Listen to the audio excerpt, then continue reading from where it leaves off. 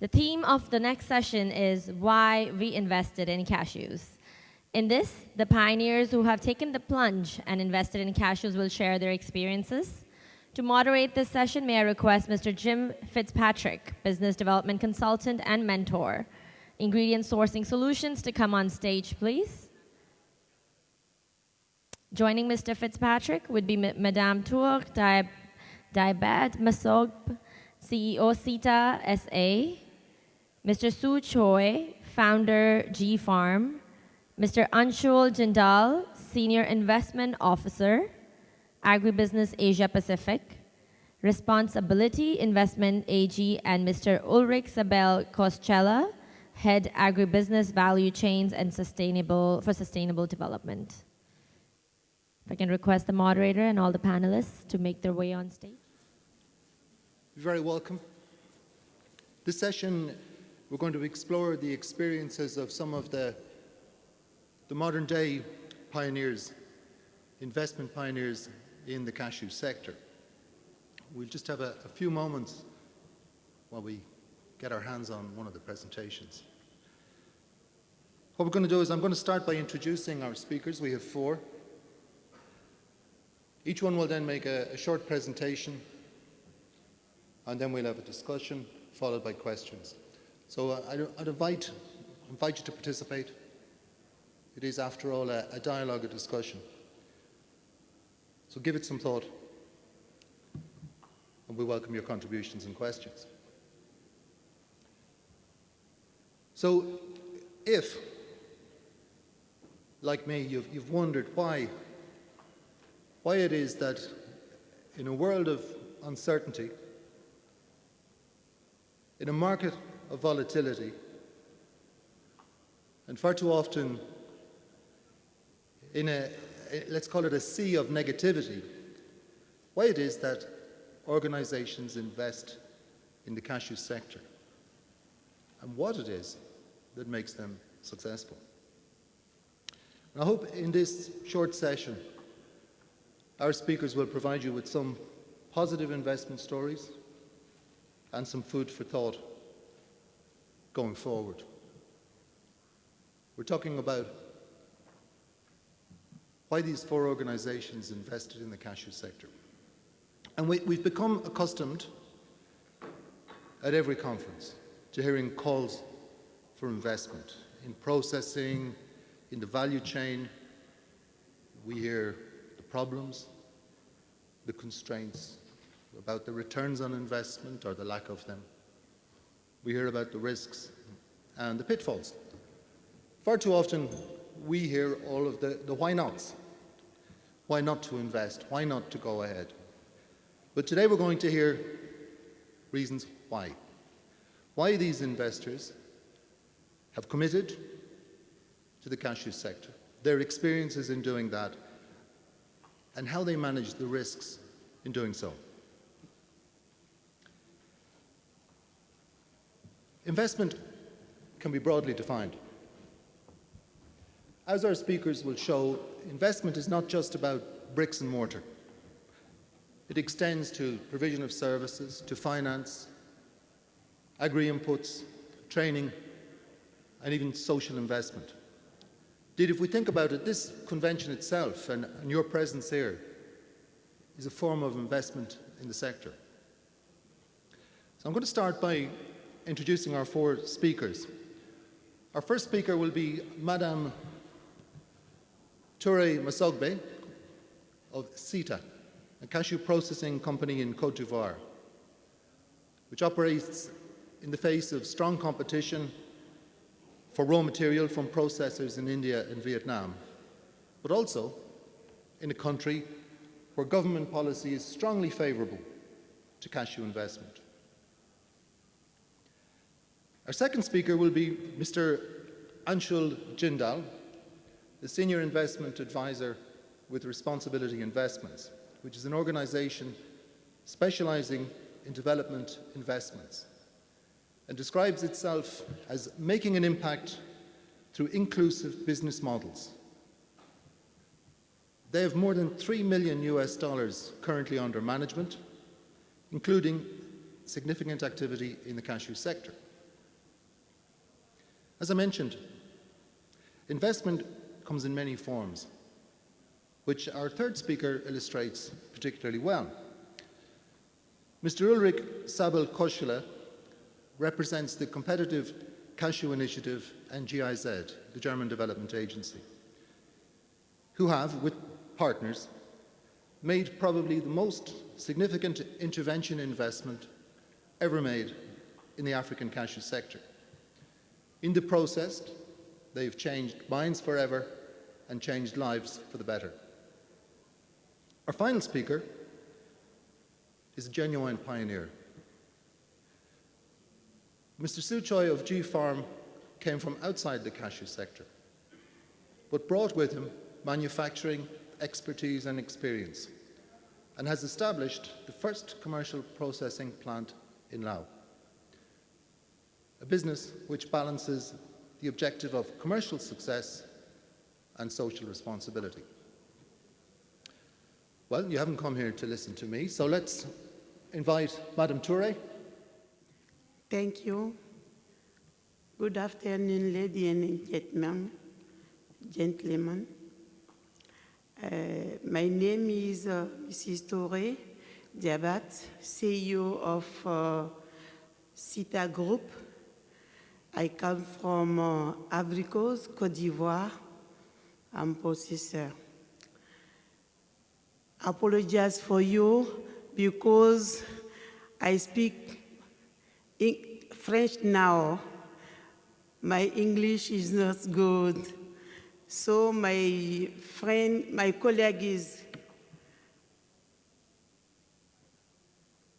Mr. Koulibaly, helped me for translation in English. Apologize, everybody. Alors, je dois pouvoir intervenir sur pourquoi avoir investi dans le secteur noix de cajou et quels ont été les résultats obtenus. Alors, vous verrez sur l'écran ce que c'est que CITA, qui est la première unité de transformation en Afrique de l'Ouest et tenue par une femme. C'est dit que nous avons cru très tôt dans cette filière noix de cajou qui a un avenir. Et aujourd'hui, 32 ans après, nous disons qu'on n'a pas eu tort de pouvoir investir dans la noix de cajou.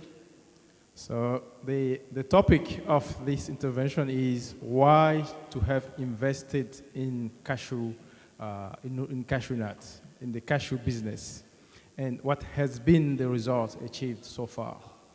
So Mrs. Sita presented her company, which is Sita SA, based in Ivory Coast, West Africa.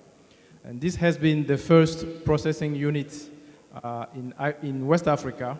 And this company is led by a woman, Mrs. Sita herself.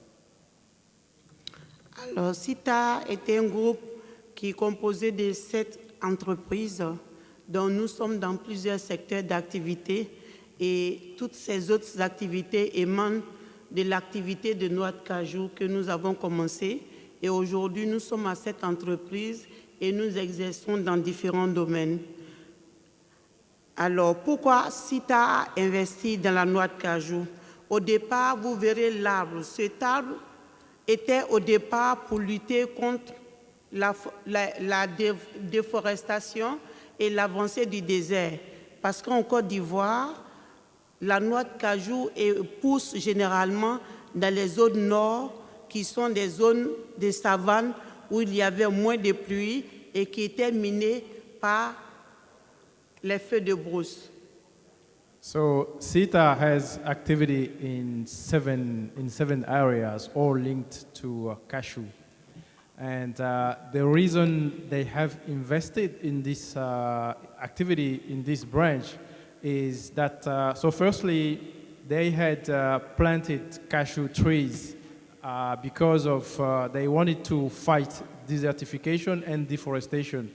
Because as you know, the cashew crops are raised in the northern side of Ivory Coast, which is subject to less rain during the year, and then planting cashew trees was a way to combat desertification and deforestation as well.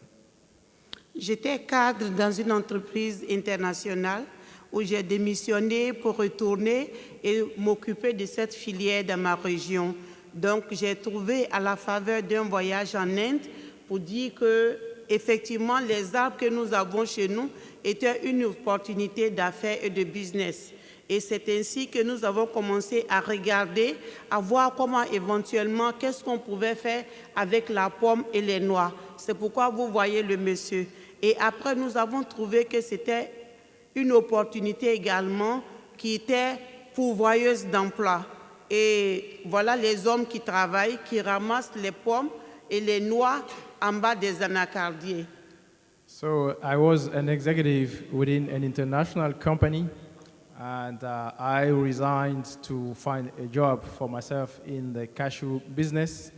And within a business trip in India, I discovered that we could do more with the cashew trees we have in Ivory Coast. So now we're trying to value every aspect of the RCN, including the raw RCN and the other sub-products. Donc, la culture de la noix de cajou a plusieurs valeurs. La valeur climatique, parce qu'aujourd'hui, ça lutte et ça a un apport très important par rapport au réchauffement climatique, et aussi une opportunité de richesse. Et c'est pourquoi nous finissons aujourd'hui par les dollars, parce que la culture étant faite à l'intérieur, mais vous voyez aujourd'hui que les paysans manipulent le billet vert, qui est le dollar et la monnaie internationale. So cropping RCN has a lot of opportunities for Ivory Coast. So firstly, it's a way, as I said, to combat deforestation and desertification. Also, it is a way to yield, foreign currencies for the agriculture. Aujourd'hui, avec le dernier slide, vous voyez la case ronde avec les femmes. C'est comme ça que les villages étaient avant l'avènement de la noix de cajou. Aujourd'hui, avec l'emploi créé, le village compte l'argent à travers sa sueur. Et aujourd'hui, nous avons les maisons en dur. Nous participons d'une manière substantielle à l'économie ivoirienne. Et à force de travail, la Côte d'Ivoire est aujourd'hui premier producteur mondial de la noix de cajou. So these figures shows the period before and after the activities in cashew business had some impacts. So we can see that previously people were living in very, very indecent houses. So now that they have been involved in this cashew business, which created jobs and also was the way to yield money for the households. So now they can live in very decent houses in Ivory Coast. And we keep working on that. And you also know that throughout our hard labor, Ivory Coast is now the first producer of RCN in the world. La Côte d'Ivoire ambitionne aujourd'hui de transformer 50% de la production nationale d'ici 2020 et le groupe CITA ambitionne d'augmenter sa capacité à 30 000 tonnes d'ici 2020. Aujourd'hui, nous sommes à 10 000 pratiquement, théoriquement une capacité de 20 000, mais nous ambitionnons d'atteindre la capacité de 30 000 tonnes en 2020. Et c'est ce qui explique notre présence ici. Nous disons que maintenant, avec l'âge de la maturité, nous devions grandir ensemble. Et notre présence se justifie par l'objectif premier qui nous anime, à savoir rechercher et avoir des partenaires techniques et financiers pour qu'ensemble, on puisse grandir et faire l'industrialisation de la Côte d'Ivoire comme le gouvernement le souhaite. So Ivory Coast has ambition to process locally 50% of its production by 2020, and CITA Group expects to raise its current capacity of 10,000 to 30,000 by 2020. And that is one of the reasons why we are here today to look for financial and technical partners to make this dream come true. Donc, nous avons l'expérience, étant première unité. Nous exportons aujourd'hui vers l'Europe, les États-Unis, et nous ambitionnons de pouvoir couvrir tout le continent. Donc, nous sommes là pour ceux qui seraient intéressés à investir dans l'industrie de la noix de cajou en Côte d'Ivoire. Nous pouvons toujours échanger car nous connaissons notre métier. Je vous remercie. So CETA has been exporting kernels to Europe and the US and expect to export it in every continent. So my mic is okay. So and expect to export it in every continent. So please come to see us to discuss opportunities to invest processing business in Africa because we know our business and I thank you for your audience. Thank you so much. Merci bien. Merci, Madame Touré. So we see an example of a visionary who takes a local resource which was planted for one reason and converts it into a business opportunity. Our second speaker, Mr. Anshul, from Responsibility Investments. Can we have a nice World Cashew Convention welcome for him, please?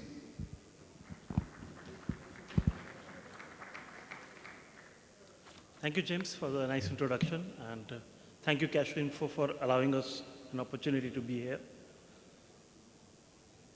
Yeah, good afternoon, everyone. The topic given today is why we invested in cashews. It's a really interesting one to ask to us because I think everyone sitting here has invested much more time, money, and resources in this industry than what we have done. We have invested maybe only a part of it. Most of you sitting here have invested 100% of your time in this industry. But as a financer which is focused on impact to low-income households, for us, cashew is a very unique opportunity as it's grown by millions of smallholder farmers across the developing countries. It has been growing for past few years at a good speed, and still there is a lot more needs for finance, a lot more needs for investments. So all in all, it provides a very good opportunity for us to invest our money in an impact-focused manner. Before we move to why we did it, or rather how we were able to successfully invest, I would just like to brief on what we have done so far in the industry or what we are doing today. Responsibility is a global asset manager. We invest money across the globe through dedicated teams.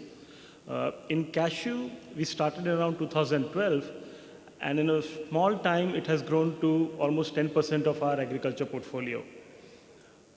We invest in the entire value chain. So to start with, we start from Africa. We are in most of the growing countries in the form of producer finance, long-term finance, short-term working capital finance, etc. The key countries being the major countries that are growing cashew: Cote d'Ivoire, Benin, Togo, East Africa, Tanzania as well. Then we moved to the trading hubs of UAE and Singapore and Hong Kong. There we found some of the reputed large traders who have been in the business for long for their working capital for ASEAN.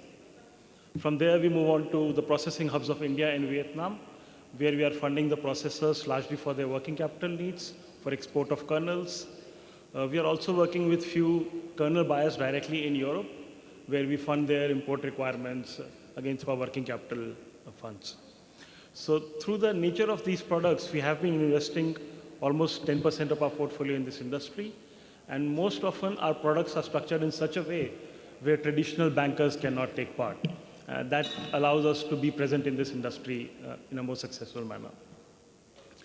Now, coming to why we started investing or why we were successful in this industry so far and why we think there is a need for an investor like us. There are 2-3 unique properties to cashew. And we think one of the most important one is that it's perhaps the only food commodity that travels across the globe twice. As we all know, the majority is grown in Africa, and then it transports all the way east to India and Vietnam, and then it goes back to the west in Europe and USA again. What it creates is a need for working capital to fund these long trades. The trade cycles are long in cashew and it travels across the world. So there is a need for someone to fund it. And it brings responsibility in a very unique position because we have a dedicated global team. We have teams who are looking only at one particular product, and we can look at the entire value chain from a single office. So that has helped us to grow a lot in this industry. Along with that, we all know the production of cashew has been increasing for the last few years. Yesterday we saw there are plans to grow it further by 15% every year. So the volumes will keep growing. The global demand for cashew is still growing by 7%, so is the production. So that means much more volume is being invested, being produced now, and it will keep growing further. And on top of that, I think it's the only commodity in past few years where the prices have been moving in only one direction. For last few years, we have seen the prices almost double from the levels they used to be. We as funders, we can clearly see earlier, one container used to be around $100,000. Now we are seeing upwards of $200,000, which means the investors, the entrepreneurs need much more money to do the same business. Because of these two factors, what has happened is the need for finance have increased multifold. The finance requirement by the industry has increased. But at the same time, the many traditional large lenders who do the trade finance in the world in other conventional commodities stay a little away from the cashew industry. Primarily, the reasons being, it's a non-traded commodity. So it's not traded on exchange, any of the exchange yet. And that's why it's, the price risk cannot be hedged. The contracts are not very sacrosanct. There are contract cancellation, which makes the traditional investors stay a little away from the industry. It's mostly produced in very small developing countries where the regulations are not really up to mark for an investor sitting outside to invest. And it's a niche sector. Most of the players are small, medium-sized, where again, large investors are typically shy of reaching. So combining with all these factors, it has allowed us as responsibility to invest a lot in this sector. And we have been growing in this space. We think the growth has just started. There will be a lot more investments needed in cashew. We will continue to be there. We are there. But there are few things which we would like to see develop so that more investors can come in and more traditional investors can also come in. So I'll take my next part of the presentation to just see where do we see the future as an investor and what do we see where we'll be investing in future and how we'll be doing it. The first part, clearly everyone what it says is the future is processing in Africa, and that has to happen. But from an environmental point of view, from a financing point of view, it's obviously very challenging for a commodity to travel across the world just for processing and then go back. So it's very natural that gradually we should see more and more processing in Africa. It's only through processing in Africa that the industry as a whole can develop. It can impact the farmers, it can impact the industry. And the way we are seeing the growth in the raw material production, we need to see the growth of processing. And we have been attending this conference for the last 4 years, and we have been hearing this for the last 4 years as well, that yes, the processing will start. We keep meeting the entrepreneurs who want to make this investment, who have been looking for finance, who have raised money as well. But clearly there are many more who want to do that. But lack of finance is obviously one of the challenges. There are multiple other risks that we see. And I think in today's platform, I'll just touch upon these key risks that we as an investor see. And if an entrepreneur, it's good to plan for these risks before we start budgeting for our factories, budgeting for our processing. Now we understand everything cannot be mitigated completely, but it'll be good if the investor, the equity partners can think about these risks and try to understand that once the factory is up and running, how are we going to run it. The first risk, and I think everyone, it's clear, it's construction risk, project risk.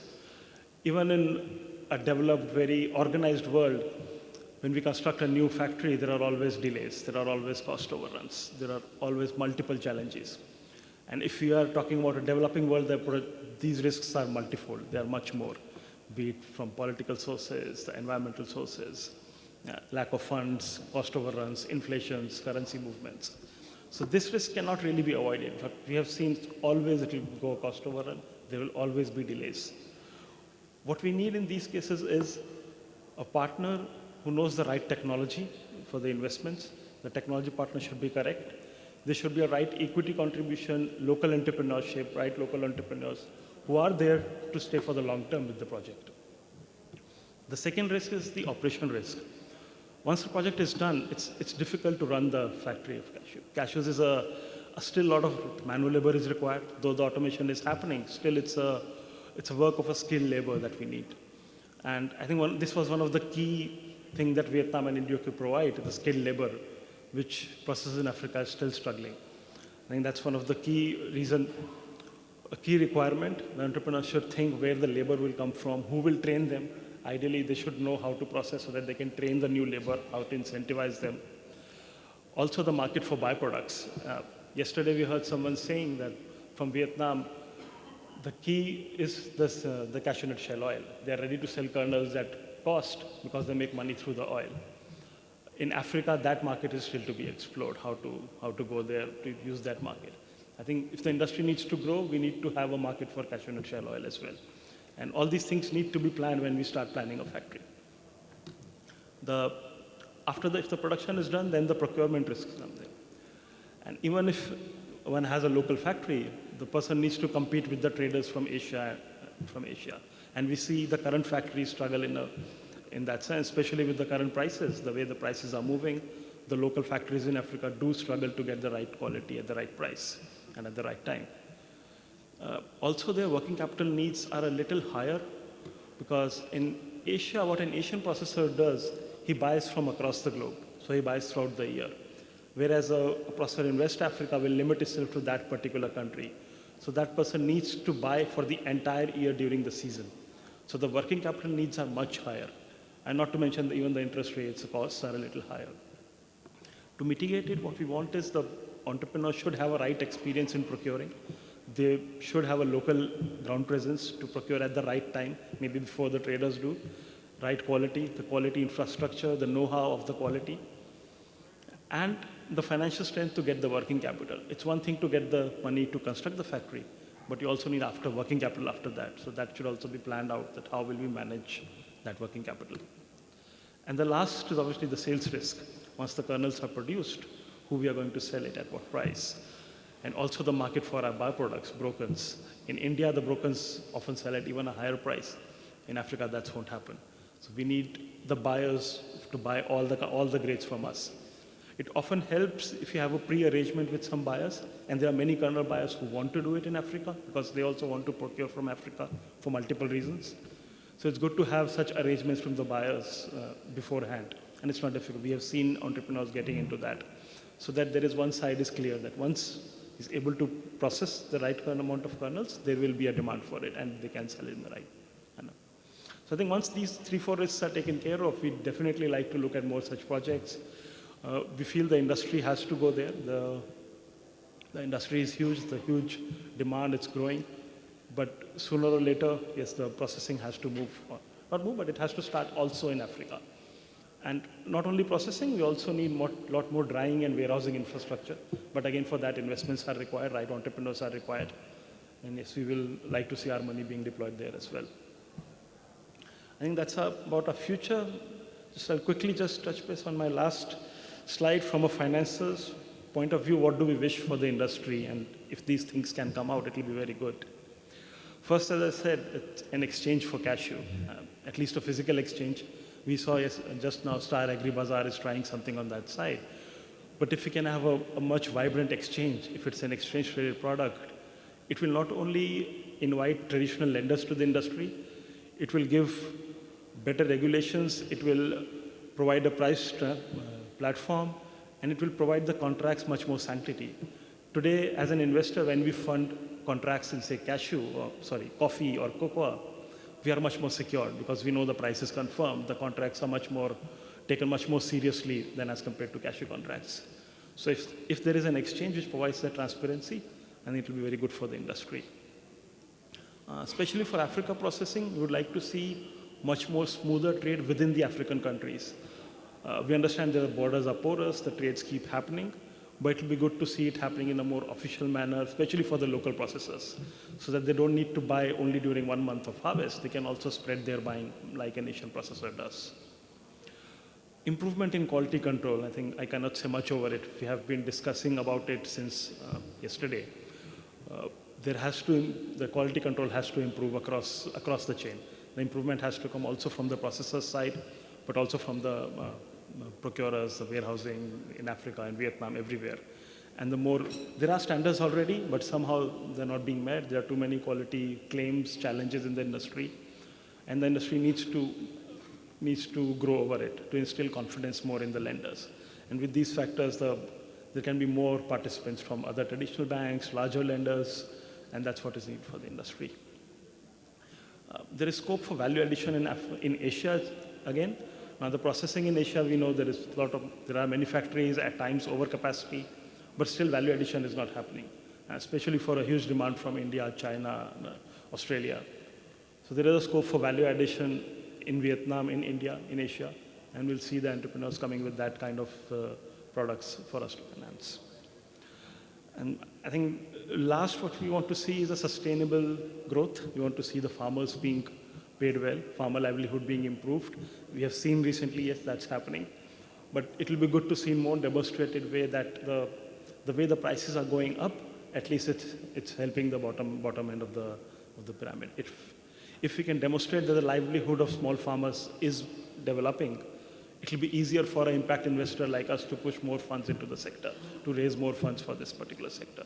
So we need to do maybe more studies or demonstrate more that the money is actually reaching the right person, is actually reaching the right person. That's it from me. Thank you. That was Anshul Jindal of Responsibility Investments giving us an insight into the non-traditional financing mechanisms for the sector. And if my maths are right, you might have about $300 million invested in the cashew sector. My maths are wrong. It's only $100 million. Okay. All right, so now as we say back at home in Ireland, now for a horse of a different colour, a different kind of investor, I'd like to call on Mr. Ulrich Sabel-Kostula to tell us about the investment in the African Cashew Initiative, now the Competitive Cashew Initiative. Well, obviously there are enough private sector representatives on our panel to give you a good and round view and explanation of why private sector is investing in cashew.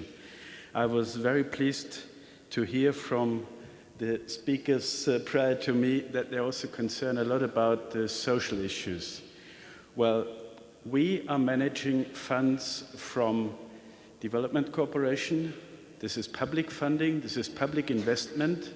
But we do also think like investors, only that it is social and environmental impact investment. We're not making money with cashew. We do not even intend to make money with cashew. We are rather inclined to focus our investment on catalyzing development in a socially, environmentally, and of course also economically sustainable way. So we want our partners to make money with cashew, and we want them to invest it in a way that also other partners in the cashew value chain may benefit from that. So the ComCashew program is part of a wider program that covers a number of value chains. I'm not going into detail there, but the principles that we apply in implementing those programs usually are always the same, only that we are dealing with different commodities and therefore also with different partners. We have 4 programs currently ongoing on cotton, on cashew, on rice, and on cocoa, and the 5th one on groundnut is under preparation. So, ComCashew is currently working with and in 6 African countries, covering the largest share of African cashew production. And a very important principle of our approach is to work with all the partners along the value chain. So not only on certain levels, activities focus usually on where we see major constraints and where we think that our additional contribution can have a catalyzing effect on improving the situation and the flow along the entire value chain.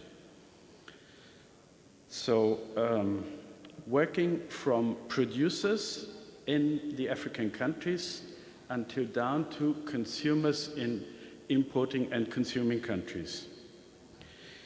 Of course, we cannot do this by ourselves. We are working with a very extensive network of more than 100 public and private partners in cashew, either dealing in cashew directly or providing services to the cashew sector. As well as, that's also an important component, particularly in producing countries, governments responsible for an enabling environment for cashew business development. So, over the past 8 years or so, since 2009, public development donors and also philanthropic foundations like the Bill and Melinda Gates Foundation, and from the public side, mainly the German Federal Ministry on Economic Cooperation and Development, have invested some 41 million euro in the cashew program. But I'm happy to say that other partners, particularly from the private sector, have invested a lot more. We account for some 64 million euros, so in total it's 105 million euro. And well, for the private sector, the motivation is quite clear. Cashew is a good business, but it needs a lot of development. And for the development donors, let me explain some further objectives. Cashew creates perspectives and perspectives for people. People need jobs, people need money. So intensifying production means more labor input, and that's a resource poor farmers can more easily afford than capital. That's why we are focusing pretty much on that as a first measure. Intensifying production also means money, and it means return to labor. So when we calculate that at an official minimum wage level and additional labor time needed, we arrive at approximately 332,000 additional jobs that have been created in rural areas in the producing countries. Most of those jobs are for women, approximately 60%, and also 60% of the people affected are under the age of 35. So we have a fair contribution of the younger population. Increased local processing by our private partners also is created another 92,000 jobs. Out of these 92,000, approximately 80% are for women, and 60% of them are under the age of 35. Increased local processing and increased local trade work hand in hand. So the local trade, again, accounts for another 21,000 jobs, sorry. Now, these jobs are almost exclusively for men. Why? We heard that yesterday the typical cashew bag, 60 kg, has been chosen at the time being because that's the load a strong man can easily carry. And most of the people working in the trade are people loading and offloading trucks and warehouses. Now let's look, and well, these jobs, that is our return on investment in social terms. Now, return on investment in monetary terms. Cashew pays for farmers some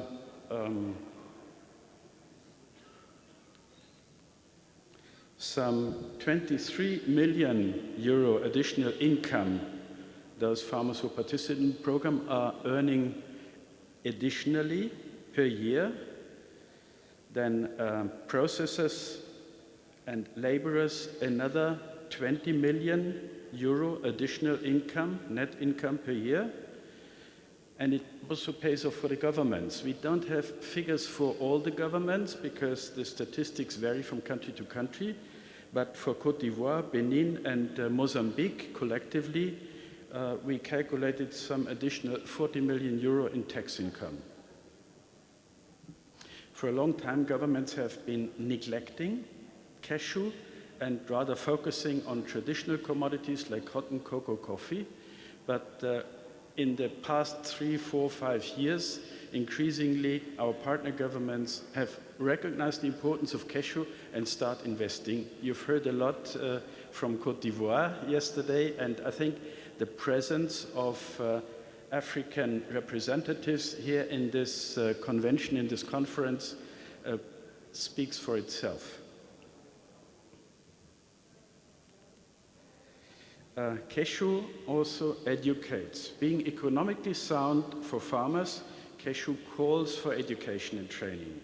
So more than 420,000 farmers have participated in good agricultural practice training by the ComCashew program. And I have to admit, female participation rate has just been at 22%, despite the fact that most of the on-farm labor is provided by women. So this is still a good achievement compared to other crops. We aim at improving it. And in order to be able to reach that significant number of 420,000 farmers trained, we had to establish a regional network with a number of partners and train master trainers. So the master trainer program is not only for the 6 countries we are directly active in, but also for other countries open, and so far we have trained participants from 15 countries. Today we have 248 master trainer trains who in turn train farmers in their respective countries. Working along the value chain mainly requires bringing those different partners together, sitting on a round table, discussing issues, and agreeing on sharing tasks. So we think that this is something that we, as somebody in the whole circle who does not have a commercial interest, can bring to the table as an additional resource. And the instruments we developed in working with multi-actor partnerships and institutionalized private-public partnerships is a matching grant scheme that co-finances individual sub-projects along the value chain. So far, we've commissioned 32 matching grant sub-projects with a total value of approximately 11 million euro.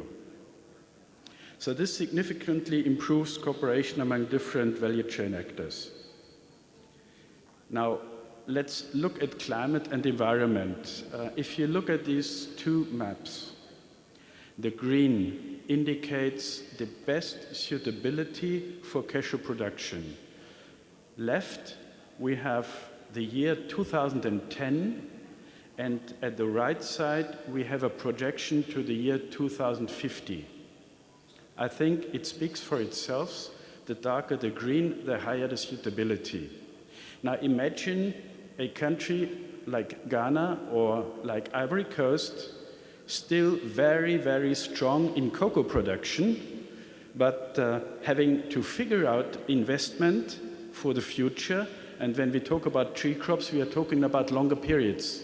So a time horizon until 2050 is quite realistic. I think it's a fair analysis that we would like to repeat also in other countries. Finally, at the international level, of course, all countries under the United Nations umbrella have agreed on Sustainable Development Goals as part of the Agenda 2030. This program contributes mainly to 9 of them, but most of all, it's poverty reduction, increasing income in rural areas of cashew-producing countries. And I think cashew is an excellent crop to realize also these objectives at an international level. So thank you very much for your attention and your interest. If you need further information, you can go to one of these websites. Thank you, Uli. So here we have ComCashew, Competitive Cashew Initiative, an example of a public investment making a constraint-focused investment, addressing the constraints, but with a huge social impact, and in the longer term, a major environmental impact. So let's move back to the private sector, and let me invite Mr. Su Choi to tell us why he invested in the cashew sector. Good afternoon, ladies and gentlemen. I'm very pleased to make a speech at the audience with a full experience in cashew nut. As you may know, I'm a new entry into this cashew nut business. Just I have 3 years, 4 years, but the first 3 years for studying about cashew nut. But 1 year is installing the processing capacity and making a sales network for our kernel after processing in Laos. When I was requested to have this speech in this World Cashew Conference, I'm very hesitating because I'm the new entry. I have no enough knowledge about the cashew nut business. Even though all audiences are so many knowledge about the cashew nut, how can I do my speech in front of this specialist in cashew nut? But the subject is very interesting to me. Why you enter into this business? It means cashew nut business very tough. So why do you enter into this tough business to add more one competitors? So I'm very comfortable to make this speech, even though I have not much knowledge about this. Business fundamentally tough, not only for this cash business. If you know, very surprising how the other business is very tough. So I can make some reason why I enter into this business. I was 3 consecutive years in the World Conference Cashew Nut from Dubai, Singapore, and this Macau. 1 year ago, I was been in the INC at Chennai, very impressed. So this conference organizer asked me to make a speech, even though I'm a new entry. I may not helpful for you understand this cashew nut business, how to manage it, but you may have some understanding on outside the business of cashew nut.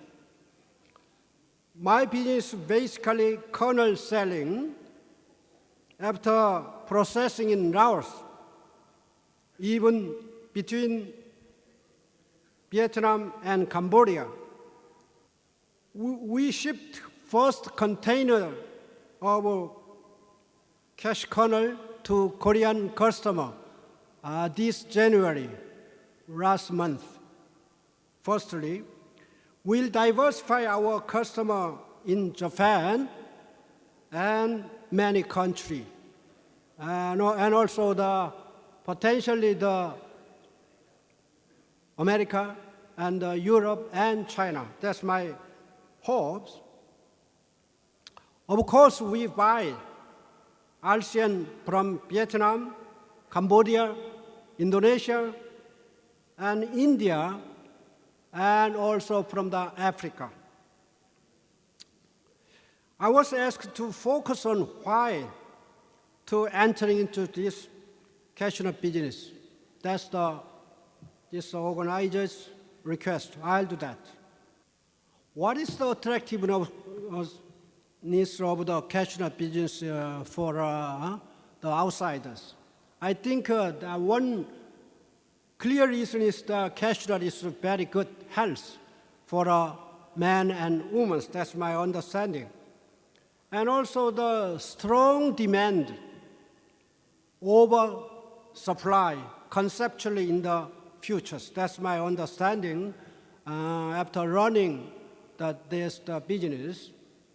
Also, the cashew nut is customer is the geologically well distributed in the market. So, if we have some plan to do business with the agriculture, then cashew nut platform channel is for a various agricultural business very great. And also, that is my special reason to entering into this. This business totally different from electronic business. That's my main business. So, as outside of the cashew nut business, I can say this is attractive of the cashew nut, but I don't know how many the audience agree with me, but that's my understanding. How to diversify the current business of mine? My business, current business, majorly electronics. I do the business globally in the electronics areas, semiconductor, TFT LCD business, and the display more than 30 years. The main product is the optical fusion films. We are supplied that to the Korea big customer and also the Japan and also some of them is to the China, the TV makers. This is the high technology, someone can say, but I don't agree with that. But I'm really agree with this business high competitiveness more than cashew nut. So I'm very comfortable to do business in cashew nut, even though I'm an enthusiast, because I have a really tough time in my business in the electronics. And this business continuous innovation to catch the price every year downside, more than 10%, sometimes 20% downside every year. That's more top business than cashew nut. I'm very sure of that. And also the business cycle is so rapidly changing. So all the time we need to invest for research and development with a huge money for catch up the market trends. That is the electronic business. So I want to find another business only with different cultures, different business cycle. Then this is the cashew nut business is life cycle very long as I know. So I think I can find some vision in this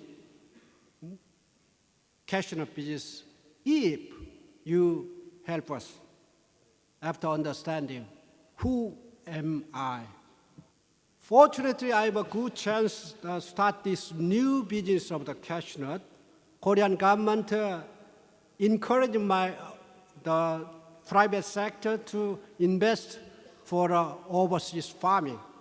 And also, our companies are located in the Laos.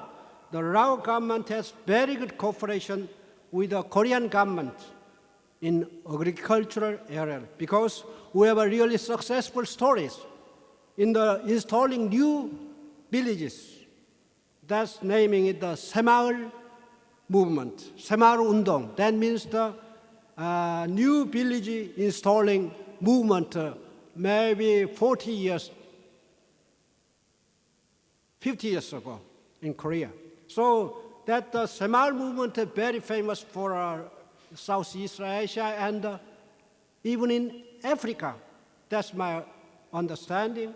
So Lao government has dispatched so many specialists in agriculture to send to Korea for education. So we have some chance. And also the Lao government installed good incentive system for foreign investment. GFARM has a 3 years intensive feasibility studies with the specialists about the cashew nut, including the James. And the investment, we make an investment on the public, private, community program. That's called the PPCP agreement with the Lao government. And also some exclusiveness to the cashew business in Laos. That's the good chance for us to start this business. Then briefly, we are the cashew nut processor in Laos. We have a plant, and the name is the G Farm Lao, and the location is the South Laos, near to Cambodia borders. That's the Kong district. That is very famous for the beautiful islands. And our capacity is now the 5,000 tons per year. But we hope to expand raise that capacity up to 20,000 tons per year. What value for us to pursue and what value for us to deliver our customers? Of course, good quality and good service for the customer with high qualities. The second is to enhance the productivities of farming cashew in the Laos. Their Laos has 3,000 tons every year to raise the cashew in their local areas. We want to enhance their productivities. And some portion of the farming, the cashew nut, with my lands there, that will be for organic cashew nut to high-end global customers in futures. And also we have really want to have make a contribution to the wealth and the good culture of the local farmers in Laos. And also, as the business, we should do the good purchasing of the raw cashew nut, linked with the global suppliers for our successful cashew nut business in the global. Thank you. Thank you. Su Choi. That was Mr. Su Choi of G Farm in Laos. And he pointed out a couple of very interesting factors. For example, it's an example of someone highly successful in a completely different sector coming into the cashew sector for purposes of diversification of the business. And maybe there's lessons there to be learnt in where we look for investment in the future. So we've heard from 4 different investors, 4 different backgrounds, 4 very different experiences.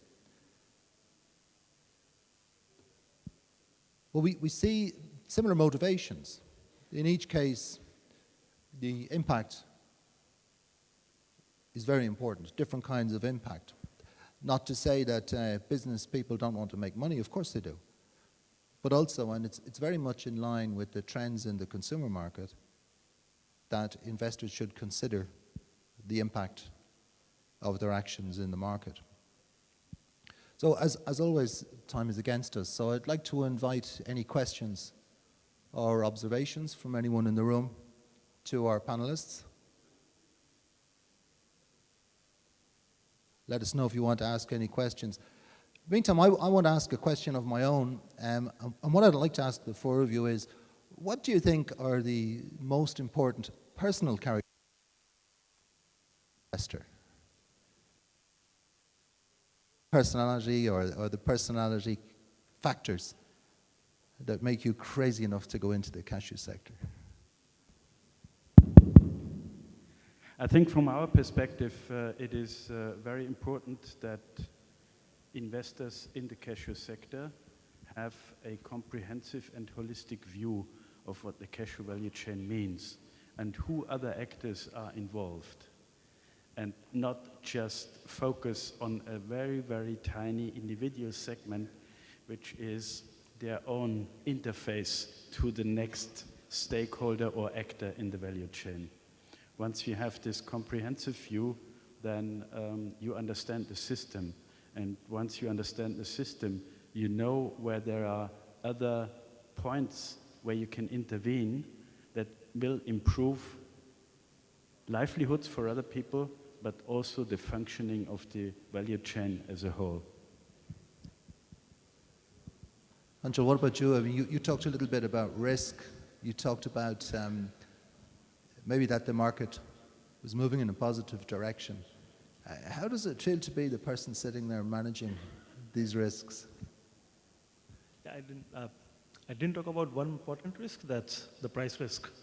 I think it's the most difficult one to manage, and this is the one risk that doesn't let you sleep at night. I think how we try to mitigate is to work with people who have seen the cycles, who have the experience, and who think more for the entire value chain, who think more long term, not necessarily of that particular trade. But if the person is more involved in the product and they're thinking more long term, years ahead in the product, they'll be able to maybe manage the cycles a little better. And That's the it. price risk remains the key It's risk. an interesting point you make. I often think that one of the key things that's missing in our sector is longer term thinking. So a lot what both of you have said is about the mentality, the way you approach it, a broadness of mind, well informed, and a long-term view. I think that's what's most important. The trends that we see, the price, I think one of the reasons that the prices are still going up, because everyone feels that the demand for kernels is going up and will keep going up. It's not only a matter of an year, but the demand as a nut, the positioning of cashew as more healthier snack has allowed it to be traded at maybe premium to other nuts now. And when we invest in any company, it will be for a long term. We will not invest for a single trade. We would like to continue it going the years beyond. And I think the actors also need to think in a similar manner. When they are trading, even a small trader who was trading RCN to say Asia, they need to think about the next harvest and next harvest to come and how they will operate there, not only this particular shipment. Okay, Madame, what keeps you going in the cashew business? You remain optimistic on the cashew in Côte d'Ivoire? Oui, le cajou en Côte d'Ivoire aujourd'hui, oui, on peut espérer sur l'industrie de la noix de cajou et je peux vous dire que l'avenir de la noix de cajou se trouve en Afrique. Et quand on dit l'Afrique, la Côte d'Ivoire joue gros parce que la Côte d'Ivoire est le premier producteur mondial. Nous avons une vision claire, nous avons un objectif clair. Nous possédons assez de terres arables et nous pensons que l'avenir de la noix de cajou est très porteur. En si peu de temps, nous avons développé la noix de cajou et aujourd'hui, elle se positionne comme le troisième produit d'exportation en Côte d'Ivoire. Okay, so yes, so there are good reasons to be optimistic about the future of cashew in Ivory Coast and in Africa in general. As you can see, Ivory Coast has made a tremendous efforts to make a very huge increase in its production, and now cashew RCN is the third export product of Ivory Coast. And there are plenty of arable lands that can be used to further extend the production. Quand la CITA venait au niveau de la noix de cajou, la Côte d'Ivoire n'avait pas plus de 50 000 tonnes. Et nous avons travaillé. Aujourd'hui, la Côte d'Ivoire est premier. Et si nous avons levé le défi de la production, reste à lever le défi de l'industrialisation.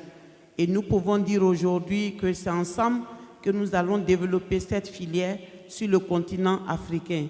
Donc nous vous appelons pour qu'on puisse mutualiser nos compétences parce que vous avez l'expertise à la transformation, à la recherche variétales pour pouvoir améliorer encore la qualité et la quantité. Donc, c'est en ce sens que nous vous appelons pour demander aux investisseurs de venir en Côte d'Ivoire. Il y a des opérateurs économiques dynamiques qui sont prêts à vous accueillir pour qu'ensemble, on puisse faire un partenariat gagnant-gagnant en investissant ensemble et se développer ensemble. So when CETA started its operation in Ivory Coast, the production of RCN was as low as 50,000 tons. And for now, it's about 700,000 tons. So that is a very tremendous growth in the production. So again, so we have basically achieved the goals of output, in terms of cropping. And now we have to make the challenge of processing locally. And that's the reason we're here, to look for, again, financial and technical partners who can come and partner with local entrepreneurs to make, the dream and all the goals of local processing come true. Je peux dire que nous avons aujourd'hui, avec le gouvernement, une vision, à savoir développer, accueillir les investisseurs qui ont le sens aigu des affaires et pour qu'ensemble, on puisse avoir ce partenariat et être au rendez-vous de l'industrialisation totale, de la quasi-totalité de la production nationale, qui est aujourd'hui à 700 000 tonnes et nous envisageons être à 1 million de tonnes d'ici 2020. Je vous remercie. So the goal of the government is to reach 1 million tons by 2020 in terms of production. And there are plenty of incentives for, foreign investors who wanted to come in Ivory Coast and partner with local processors so that the government can achieve its goal to reach 50% of processing by 2020. Thank you. Merci, Madame Touré. So let's finish with a question to Mr. Su Choi, who has already established processing. Let me ask you, what gives you confidence for the future in the cashew sector? Confidence is very, very difficult to answer that. But I should run and I should study more about this cashew nut. I have just 1 month to sell our kernel to our customer in Korea first, and I need to diversify for that. What makes the businessman successful? There's only one word. That's the love. Love the customer, and to be loved by the customer. So I need to study more, and I need to learn about that. For that, I can some comfortable with our customer about their signal to deliver to me as a supplier. With my long experience in the global business, so I really carefully catch our customers' signal, and after more study about this business. Thank you very much. Okay, we need to wind up. The time is against us. So what comes across, 4 stories, 4 investors, 4 different motivations, but what strongly comes across is the belief and the passion for their investments. So I thank you very much for your attention, and I'd like to express our appreciation to our 4 speakers. Thank you very much indeed. All right, we will quickly move to presenting the mementos. If I can please request the moderator to come up on stage right up here, and we will start presenting them, starting off with Madame Touré, CEO CETA SA.